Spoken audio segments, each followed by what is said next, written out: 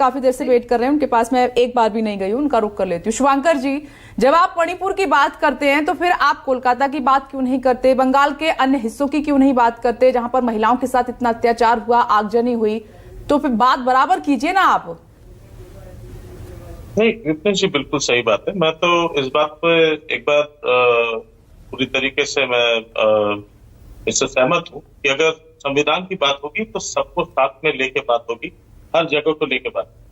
अभी तक अमेंडमेंट्स की बात हो रही थी कि नंबर ऑफ अमेंडमेंट्स कितने हो, 106 अमेंडमेंट्स अब तक हो चुकी है। लेकिन अगर उसमें से देखें तो इसकी तादाद को लेके डिस्कस इसलिए होना चाहिए क्योंकि अगर आप देख लीजिए तो 101st अमेंडमेंट जो हुआ ये 2017 का है।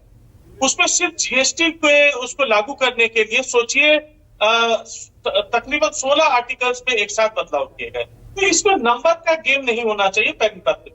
दूसरी बात, जब आप स्टेट्स की बात कर रहे हैं, विपिन जी सबसे मजे की बात है कि स्टेट्स की तो ऑटोनॉमी वहीं पे खत्म हो जाती है जब आप डबल इंजन की सरकार बोल बोल के जब सीना पीटते हैं। यही तो सबसे बड़ी, यहीं पर तो खामी शुरू हो जाती है कि डबल इंजन की सरकार खुद क्या है। डबल इंजन की सरकार का मतलब है केंद्र में हम रहेंगे, स्टेट में हम रहेंगे तो अच्छा फायदा देगा। यानी यहीं से तो आपने ब्लैकमेल करना शुरू कर दिया कि अगर स्टेट में अगर ऑपोजिशन की पार्टी अगर रहेगी तो हम उस स्टेट की हालत खराब कर देंगे, जैसे आपने बंगाल का कर दिया। और यही चीज आज हम लोग बड़े गर्व से कहते हैं यहाँ डबल इंजन की सरकार, वहां डबल। लेकिन बंगाल को आज भी तकरीबन 2 लाख करोड़ के आसपास का पैसा अब इकट्ठा हो चुका है जो केंद्र वहां पे दे नहीं रही, और आप ऊपर से कह रहे हैं कि हम बंगाल का अच्छा चाहते हैं। नहीं हो सकता। मणिपुर की बात के साथ आपने किया, बिल्कुल आपने सही बात की कि अगर जब जब मणिपुर की बात होगी तो बंगाल की बात होगी। यही बात तो हम भी कह रहे हैं कि जब जब आप बंगाल की चर्चा चलाते हैं, बंगाल को आप बदनाम करते हैं, बंगाल में कहते हैं कि वहां पे जो है गैर संवैधानिक तरीके से जो वहां पे राज चला रहे, बार बार ये आरोप लगाते हैं, तो मणिपुर की भी बात करिए कि मणिपुर आज तक क्यों जल रहा है। वहां 2 समुदाय के बीच में आपने इस प्रकार की जो लड़ाई लगा रखी है उसको सुलझाने के लिए आपने क्या किया। बात यहां पे बिल्कुल सही है कि हम लोग जब कहते हैं कि इमरजेंसी की बात उठाते हैं, 10 बार इमरजेंसी की बात उठाइए, बिल्कुल सही है, इमरजेंसी की बात उठानी चाहिए और 10 बार याद करिए कम से कम, ताकि वो गलती आप ना दोहराएं। लेकिन यहां पे इमरजेंसी लागू है, सिर्फ उसकी चर्चा नहीं करते, उसको संवैधानिक तरीके से आपने लागू नहीं किया, बात यह है। लेकिन विपक्ष को दबाने से लेके, प्रेस को दबाने से लेके, आपके जितने भी आपके संस्थाएं हैं, जो सरकारी संस्थाएं, उनकी गलत इस्तेमाल से लेके सब कुछ तो आपने कर रखा है। फिर इमरजेंसी से पीछे कहां रह गया? जिस इमरजेंसी के ऊपर आप 10 बातें कर रहे हैं वो तो आपने भी लागू कर रखा है। विजय जी, और यही चीज मैं एक और चीज पर इमरजेंसी है देश में, ये कहना चाह रहे हैं शुभांकर भट्टाचार्य। और शुभांकर भट्टाचार्य जी नहीं, अन्य भी विपक्ष के नेताओं ने यही बात की है कि देश में ये अघोषित इमरजेंसी है जिसका सामना कर रहे हैं हम। देखिए विपनेश जी, देश के चुने हुए प्रधानमंत्री की आप बोटी बोटी करने की बातें करते हो, नीच बोलते हो, तो ये कैसी वो है? आप रोड के ऊपर प्रधानमंत्री को गाली देते हो, इससे ज्यादा आजादी आपको क्या चाहिए? अरे भैया, आप अगर अघोषित कहीं इमरजेंसी है तो वो बंगाल के अंदर है। वहां किस तरह से डॉक्टरों के तबादले कर दिए गए, उनको नौकरी से निकाल दिया गया क्योंकि वो आवाज उठा रहे थे। शांतिपूर्ण लोग जो सड़कों पे आंदोलन कर रहे थे, लाठियां बरसाई गई, उन पर मुकदमे दर्ज किए गए। ये अघोषित इमरजेंसी होती है शुभांकर जी। तो आप जो है, क्योंकि आप कांग्रेस में से निकलो, आपकी नेता के तो हाथ पैर भी तोड़ दिए गए थे, जरा उसकी भी बात कर लीजिए।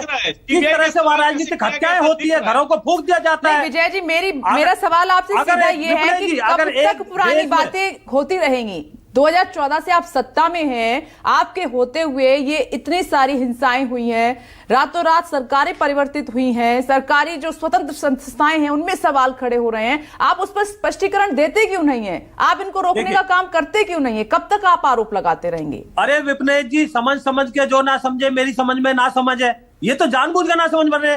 मणिपुर पे हमने संसद में चर्चा कराई, 5 मिनट में भाग गई है। अरे 10 को पुरानी समस्या ये कांग्रेस ने दी है। पूर्वोत्तर में आप बताइए कौन सा प्रदेश था जो आग में नहीं खेल रहा था? हमने 71% वहां से आप सफा हटा दी। हम वहां बॉर्डर पे जो है अपनी जितनी भी बाढ़ लगाने का काम कर रहे हैं। किस तरह से हजारों गाय वहां किस तरह से तस्करी होकर जाती है, इनके मंत्री जेल में गए हैं। किस तरह से सैकड़ों करोड़ इनके वहां से पकड़े जाते हैं मंत्रियों के घरों से। किस तरह से बम चलते हैं बंगाल में, ये नहीं दिखाई देता इनको।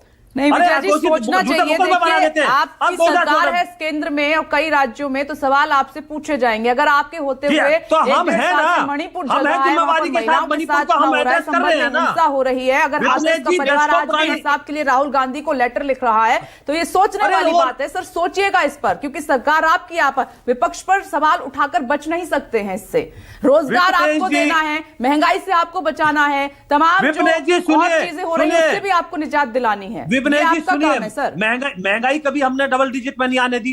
देख लीजिए मनमोहन की सरकार में 11% तक महंगाई चली गई थी। अरे सर, जनता आप किसानों के लिए देख लीजिए, जवानों के लिए देख लीजिए, और कानून व्यवस्था के लिए देख लीजिए। 356 जो है वो कितनी बार इन्होंने लगाई है, इमरजेंसी की ज्यादा इन्होंने लगाई है। 356 बार, 7 बार जवाहरलाल नेहरू जी, 51 बार इंदिरा गांधी जी ने लगाई है, और 6 बार राजीव जी ने, 11 बार नरसिम्हा राव जी ने। ठीक है, आप देखिए ना, विपक्ष ये कह रहा है कि